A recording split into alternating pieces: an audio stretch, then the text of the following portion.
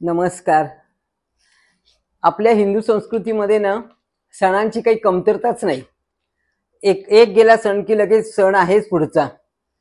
तसाच आपला आता येणारा होळी आणि धुलीवंदन ह्याच्याविषयी सुद्धा अर्थपूर्ण खूप सुंदर वर्णन केलेलं आहे.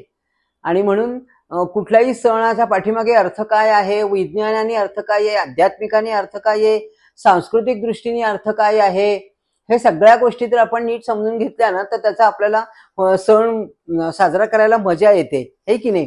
म्हणून आपण सणाचं, होळीचं आणि धुलीवंदनाचं महत्व बघण्याचा आणि त्याचा अभ्यास करण्याचा थोडासा आज प्रयत्न करूयात. कारण सारखे सण आल्या कारणाने आपला विषय बाजूलाच राहतो आहे. आपल्या संपूर्ण मराठी महिन्याप्रमाणे फाल्गुन महिन्यातला शेवटचा हा महिना आणि त्याच्यामध्ये येणारी पौर्णिमा, त्याच्यामध्ये होळी पौर्णिमा आणि धुलीवंदन हे साजरे केले जातात. वसंत ऋतूचं आगमन आहे आणि पालवी फुटलेली आहे, सगळीकडे पानं गळून पडतायत. अशा वातावरणामध्ये थंडी कमी होतीये आणि उन्हाळा जाणवायला लागला आहे. असं सगळं वातावरण निर्माण झालेलं आहे. याच्यामध्ये वसंत ऋतू आलेला आहे आणि मग त्यात आपल्याला मनाची काय स्थिती होतीये आणि का बरं मग होळी सण असा आपल्याला दिला असेल, म्हणजे आलेला असेल आपल्याला, असं आपल्या भारतीय संस्कृतीमध्ये किती सुंदर महत्व दिलेलं आहे. तशा प्रकारे सामाजिक उद्देश त्याचा असा आहे की आपण मागचा जो व्हिडिओ बघितला त्याच्यामध्ये बघितलं की हिरण्यकश्यपू इतका अहंकारी राजा असतो की त्याच्या पोटी जन्माला येणाऱ्या प्रल्हादानीच विष्णूचं नाव घेतलेलं त्याला चालत नसायचं. म्हणून दुष्ट वृत्ती असणाऱ्या लोकांना सद्विचारांचं शिक्षण देण्याकरता, सद्विचार जिवंत ठेवण्याकरता हे सर्व आहे. आणि म्हणून होलिका त्याचीच बहीण तिच्या मांडीवर बसून तिचा नाश झाला, कारण तिला वरदान होतं की सद्विचारांना जर तू त्रास दिलास तर तू जळून खाक होशील. म्हणजे हे सामाजिक दृष्टीने योग्य आहे की जिथे जिथे सद्विचार आहेत, जिथे जिथे लोक त्यांना त्रास देतात त्या ठिकाणी ते विचार जळून खाक झाले पाहिजेत. आणि म्हणून सद्विचारांचं हे जे आहे ते चांगले विचार जगामध्ये यावेत, दुष्ट प्रवृत्ती, वाईट वृत्ती निघून जावी आणि चांगल्या वृत्तीचा संचार व्हावा. प्रत्येक सणाच्या पाठीमागे असा अर्थ साचलेला असतो. अशा प्रकारे मनुष्याच्या अंगात अहंकार गेला पाहिजे आहे.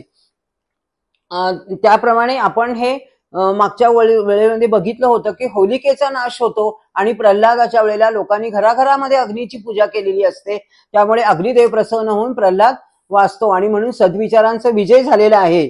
वैज्ञानिक तत्वाने आपण जाणून घेतलं तर तेव्हा वातावरणामध्ये बदल झालेला आहे. थंडी निघून गेली आता आणि उन्हाळा येतोय, त्यामुळे आपल्याला जो एक मलुलता आलेली असते आतमध्ये आणि शरीर खूप थकलेलं असतं आता, त्यावेळेला ती नैसर्गिक दृष्ट्याच आपल्याला हा सुस्तीपणा निघून जाणारा नैसर्गिक एक आपल्याला गुण मिळतो. आणि म्हणून होळीचा सण त्याच दिवसामध्ये येतो.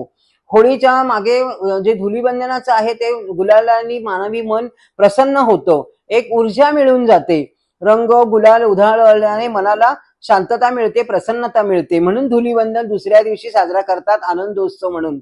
नंतर लोक पेटलेल्या होळीला पण प्रदक्षिणा घालतात, कारण त्यांच्याकडनं ऊर्जा मिळते आणि एक प्रकारची आजूबाजूला असलेले बॅक्टेरिया आणि शरीरात असलेले बॅक्टेरिया निघून जाते, आजूबाजूचं वातावरण चांगलं होतं.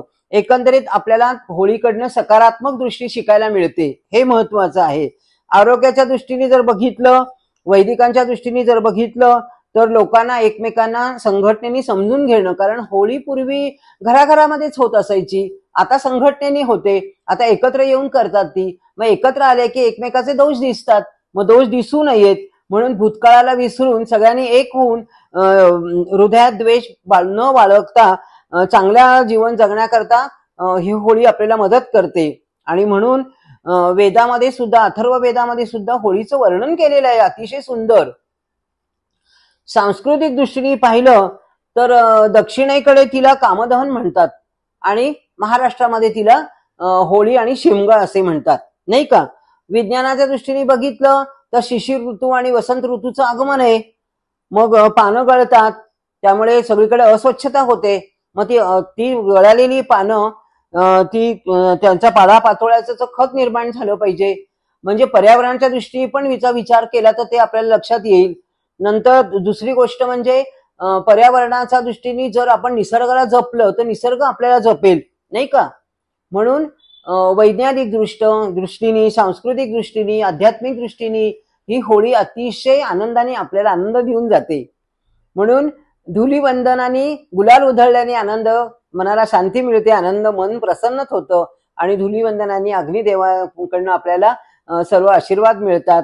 म्हणून अग्नीची पूजा सर्वश्रेष्ठ पूजा मानलेली आहे, ती आपण करूयात आणि आपल्या जवळची असलेली, मनामध्ये असलेली प्रसन्नता आपण सतत ठेवूयात.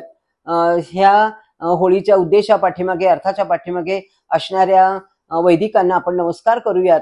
माझं पुष्प भगवंतावर अर्पण करते आणि सर्व जणांना होळीच्या शुभेच्छा देते. नमस्कार.